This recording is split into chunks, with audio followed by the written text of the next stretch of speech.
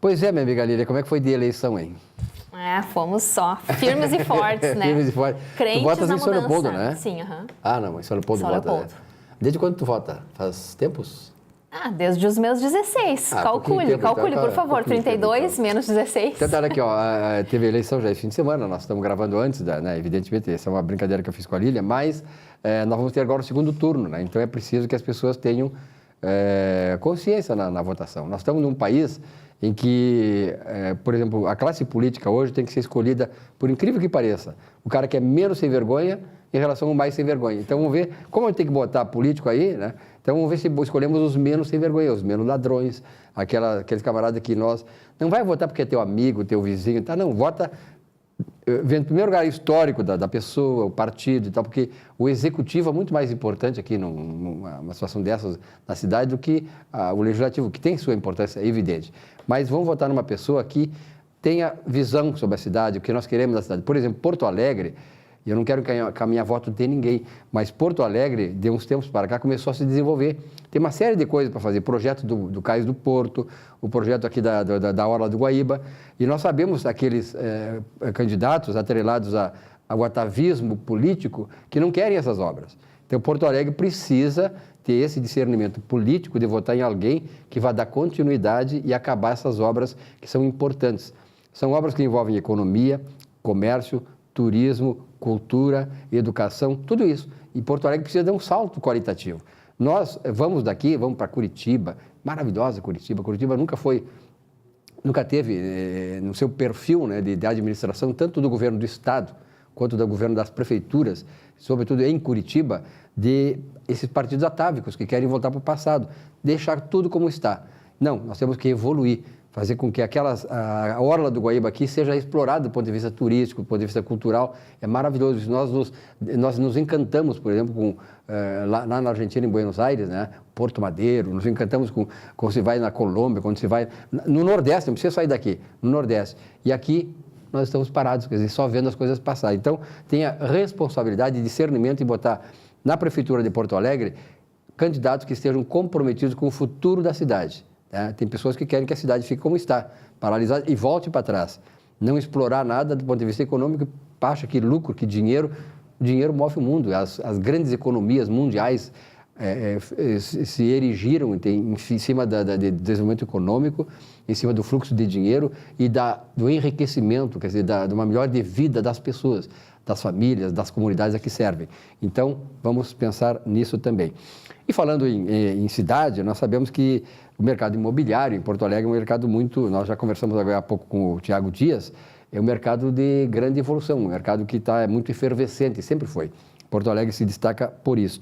E nós estamos recebendo aqui a Graciela Posebon, advogada do Sindimóveis. Guria, desculpa chamar de guria, como é que está? Tudo Prazer, bem. Agora está advogando lá no sindicato, né? É legal, né? Tem um departamento jurídico novo, iniciou este ano.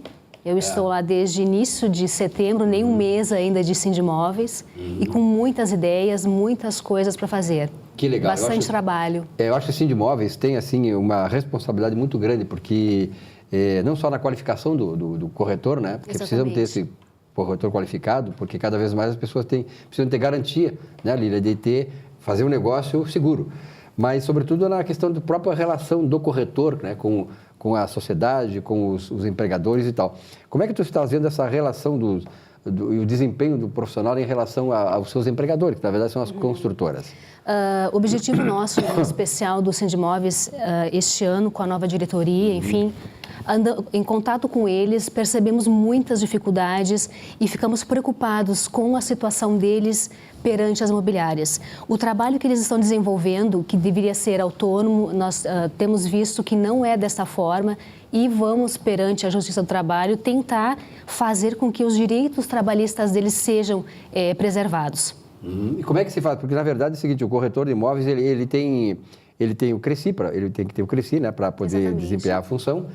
E a relação dele não é autônoma com relação ao ou ele tem uma relação trabalhista? Pois é, todos eles acreditam, e até a imobiliária impõe isso a eles, que eles seriam profissionais autônomos. Mas na prática, do dia a dia deles dentro da imobiliária, tudo que nós percebemos é uma total relação de trabalho, é vínculo empregatício direto com as imobiliárias. E não é uma coisa não eventual, é uma coisa permanente. Exatamente. Né? O que acontece? O corretor de imóveis, se fosse autônomo, ele teria total autonomia sobre o horário dele, total autonomia sobre a forma de prestação de serviços, de se dirigir ou não até a imobiliária. E o que acontece hoje... Eventualidade, não há, o corretor vai para a imobiliária de segunda a segunda, muitas vezes, em função de plantões dos finais de semana. E arcando com custo de combustível. Exatamente, né? Carro próprio, que sequer ele recebe... Alimentação. Exato, alimentação, transporte para algum deles também, a gente refere à parte de transporte, do deslocamento, depreciação de veículo. Não há combustível também, é tudo por parte do corretor, a onerosidade do trabalho é do corretor e mais, ele é subordinado. A imobiliária acaba cobrando deles horários que, ele é autônomo, ele pode chegar às 10. Bom, mas a imobiliária vai saber que antes das 10 você esteve numa obra. A imobiliária sabe que você vai para um plantão, ela te escala para aquele plantão de final de semana e exige que você vá lá às 8 da manhã. Então, o autônomo não teria esse controle de jornada. Indiretamente, eles têm controle de jornada com horários de saída, com horários de alimentação, quando conseguem se alimentar no horário de almoço. Se estendem até mais tarde, também em função da imobiliária. Então, eles acabam ficando dentro desse ciclo o tempo todo. E até algo também que eu gosto de referir, que talvez eles não percebam, é a exclusividade. Trabalhador autônomo trabalha para quem ele quiser, quando ele quiser e da forma que ele quiser. O corretor de imóveis, hoje, ele tem exclusividade com aquela imobiliária que ele trabalha. Ele não pode fazer negócios para outras imobiliárias e nem negócios particulares. Quer dizer que, na verdade, né, doutora, a ação do construtor, do empregador, digamos, entre aspas, em relação ao corretor, tipifica uma relação trabalhista na prática, né? Tipifica. Por exemplo, a questão até do estabelecimento e cobrança de metas. Exato. Essas cobranças de metas, essas exigências que eles participem de plantões, por exemplo, é uma exigência de um empregador. O teu empregador te exige que você vá, e se você não for, já ouvi de corretores, se a gente não vai naquele plantão do final de semana, você é deixado de lado para plantões também importantes de outras imobiliárias. É discriminado, né? É discriminado. E até, já que você referiu metas, dependendo da forma com que você é cobrado o cumprimento de metas, se for te colocando em situação de constrangimento perante seus colegas, é um dano moral. Eu até penso dano moral até no sentido mais abrangente de, se ele não tem férias há anos, se ele não tem final de semana com família, ele tem até um dano existencial, para não dizer, ele está simplesmente, foi tirado do convívio familiar para trabalhar, de segunda a segunda, e isso o tempo todo. Por que até agora, doutora, uma coisa que me chama a atenção, assim, por que até agora? Porque a gente sabe que a Justiça do Trabalho no Brasil, né, a nossa legislação trabalhista é de 1940 e poucos, né, foi Getúlio Vargas. Exatamente. E a partir dali ela depois veio o Fundo de Garantia por Tempo de Serviço, uma série de obrigações trabalhistas que oneram o trabalhador que infringe essas leis. Por que nesse segmento, porque eu refiro bem o seguinte, faço uma comparação, o setor bancário, né? Eu tenho parentes na área bancária e eu fico admirado, eu jamais daria para trabalhar, embora eu gosto de trabalhar, tenho disciplina, tenho metas e tal, mas o bancário, assim como o corretor, me parece, pelo que a senhora está colocando aí, eles são altamente cobrados, né, de maneira muito opressiva até no atingimento das metas. Né? Por que até agora não se deu uma solução para essa questão, essa relação profissional entre o corretor e o seu empregador, digamos, a construtora? Pois é, eu tenho até acompanhado agora, já que eu estou voltando, eu comecei no trabalho imobiliário faz um mês, e a gente começa a procurar, até com colegas, troca de ideias, e há lá fora alguns escritórios que ingressaram com ações em defesa do corretor, mas algumas ações muito isoladas, um caso aqui, outro caso aí, e a gente percebeu que nós, como sindicato dos corretores de imóveis, temos total autonomia de fazermos algo por eles e fazermos de uma maneira, além da reclamatória, na Justiça do Trabalho, provocar o CRECI para fiscalizar os corretores também, que é a função deles, mas cobrar o Ministério Público de fiscalizar, de autuar as imobiliárias que não estão de acordo, porque eu percebo que só vai mudar essa realidade se começar a ter alteração. Vai ter condenação na Justiça do Trabalho, vai ter multa do Ministério Público para pagar, então precisa fazer algo urgente e em quantidade. Uma ou outra reclamatória que eu vi até que foram procedentes para os corretores, não balançou, sabe? Não, inclusive, até ficaram deixados esses corretores que ingressaram com ações, que tiveram essa iniciativa, deixaram meio que de lado. Ele, né, entrou na justiça, em que pese esteja correta a alegação deles, teve êxito, mas é isolado. Então, a nossa ideia é ingressar com muitas ações. E o primeiro passo nosso é fazer o corretor de imóveis entender que ele não é autônomo. O dia a dia deles é um dia a dia de relação de vínculo com a imobiliária. Ele precisa primeiro entender que, da forma com que ele trabalha, não tem nada de autonomia e, a partir daí, ele nos procurar para a gente poder auxiliá-lo. Na medida, né, Lília, que à medida em que essas ações foram sendo, digamos assim, ingressadas e de modo permanente, Exato. Isso vai significar uma reação importante do segmento dos corretores e vai, naturalmente, provocar uma ação. Porque até hoje isso não aconteceu. Talvez por falta de a gente sentar, conversar, criar um jurídico específico para essa finalidade e chamar os corretores para dar informação. E até eu como jornalista que acompanho isso, e acho que também muito não aconteceu ainda, porque tomara que aconteça agora, esse entrosamento melhor entre as entidades que representam Exato. os corretores de imóveis. Né? Exato. Porque numa situação dessas, tem que haver esse entrosamento, essa identidade de interesses, né, em função de uma classe. Deixar as diferenças classistas, muitas vezes, ou de lideranças para cá e para lá, e colocar acima disso o interesse dos corretores. Aí eu vejo que o caminho vai estar aberto, né, Lília? E me parece também que o vínculo do corretor pode ser um vínculo temporário, por que não, né? Sim. Um vínculo por etapas, por efetivação de negócios, É uma evolução, enfim. né?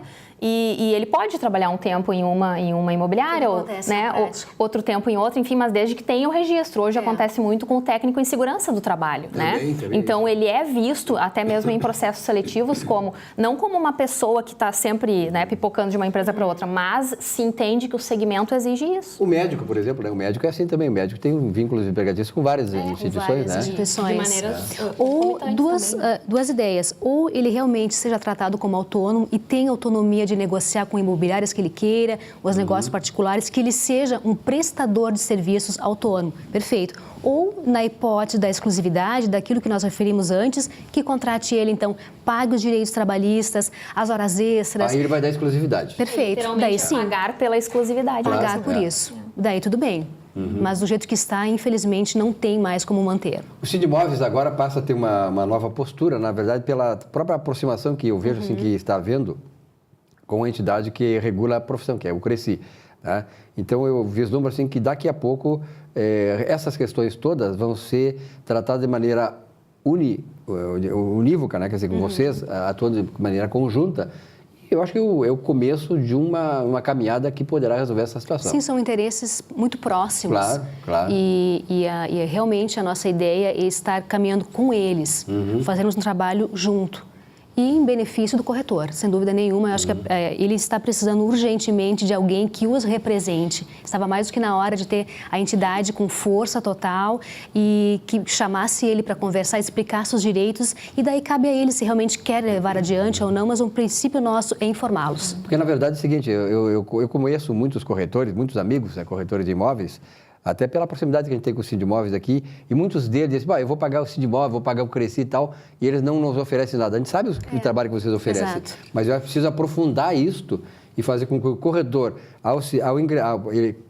obrigatoriamente ele tem que se registrar no CRECI para poder exercer a profissão, mas no Sindimóveis é importante porque tem a representação também. Exato. E tem os serviços, né, que o Sindimóveis oferece. Então, na medida em que o corretor sentir que ele está sendo bem representado, que os interesses dele estão sendo defendidos ali e que isso vai se aprofundar, ele vai ter um interesse, naturalmente, de apoiar mais, né? O colega vai avisar o outro. Exatamente. Então, assim, a nossa ideia é a divulgação para que eles venham e realmente eles se sintam protegidos, porque esse é o nosso objetivo. É proteger os direitos deles de trabalho. E aí, realmente, o Sindimóveis vai fazer um belíssimo trabalho, não tenho a menor dúvida disso, que a diretoria que assumiu aí, quer dizer, claro, novos tempos, né? Também mudou o CRECI e tal, essas coisas mudam as questões de sensibilidade, as questões de entrosamento e tal, e agora acho que vai caminhar num segmento melhor. Né? E indo também ao encontro de todas essas futuras modificações aí na nossa consolidação das leis do trabalho. Alguma coisa mais, doutora, que estou esperando lá, a qualificação do profissional continua lá, né? Perfeito, continua a qualificação, os nossos cursos estão também sempre disponíveis pelo nosso nosso site, inclusive o jurídico no site do Sindimóveis, que é www.sindimóveis-rs.com.br, há um link onde o corretor marca o seu horário conosco.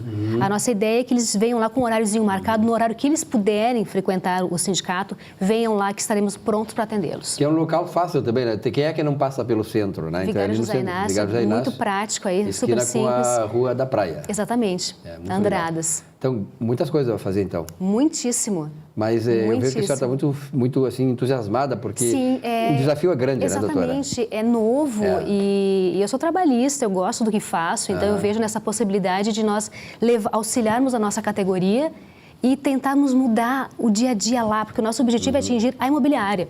Mesmo com ações, enfim, com o Ministério Público, mas é mudar o dia a dia lá dentro. Eu tenho a certeza, a gente conhece o mercado imobiliário aqui, conhece os empresários que estão atrás disso, né? Os empresários têm um interesse também em que as coisas caminhem de maneira que os interesses deles sejam satisfeitos, mas também eles possam satisfazer a expectativa do profissional que os está representando. Exato. Porque eu sou um corretor, digamos, de uma imobiliária X, eu represento essa imobiliária no mercado. Então, eu preciso que a imobiliária precisa ter a consciência disso, de que ela precisa tratar bem esse representante. De valorizar. Exatamente, valorizar. Se ficará com ela. Porque ele é o representante dessa imobiliária no mercado. Quer dizer, o que ele fizer de errado, não é ele, vai estar também atacando a imagem. Repercutindo. Exatamente. Isso é importante. Parabéns para o Sindimóveis, né? Parabéns à nova diretoria que assumiu aí. E tenho a certeza que essas coisas vão ser muito bem encaminhadas e o corretor de imóveis, que ainda não é sindicalizado, que não é parceiro do Sindimóveis, passará a ter essa... Porque tem vários serviços lá que o Sindimóveis oferece que são importantes para vocês enquanto profissionais. Obrigado, doutora. Obrigada. Um rápido intervalo, já voltamos.